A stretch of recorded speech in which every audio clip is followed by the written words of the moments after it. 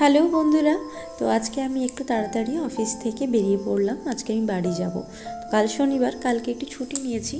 তো আজকে বাড়ি যাচ্ছি, বাড়িতে কিন্তু কাউকে কিছু বলিনি। তো এটা সারপ্রাইজ আছে, জানি না ওদের রিয়াকশান কী হবে। তো চলো এখন বাড়ি যাওয়া যাক। আর আমি যাব স্প্ল্যানেড থেকে বাস ধরে বাড়ি ফিরবো। এখন যাব মেট্রোর দিকে। আর মেট্রো রুটটা না একটু চেঞ্জ হয়েছে।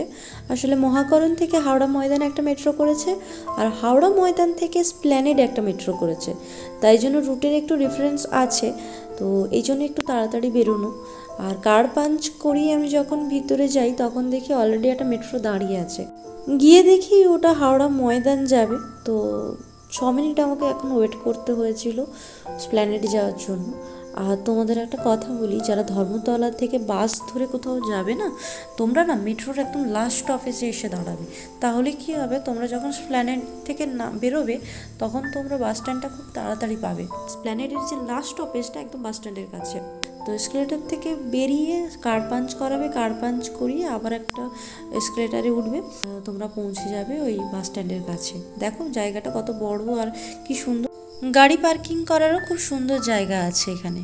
তো চলো, এখন আমি বাস স্ট্যান্ডে তো চলে এসেছি, টিকিট কাটবো। তো টিকিট কেটে বাসে উঠবো, 4 ঘন্টার জার্নি। তো নেমে তোমরা দেখতে পাবে যে আমার বাড়ির রিয়াকশান কী হয়। তো সেটা আমি নেক্সট ব্লগে তোমাদেরকে দেখাবো। এখন চলো আমার সাথে থাকো, দেখা হবে পরের ভিডিও। টাটা।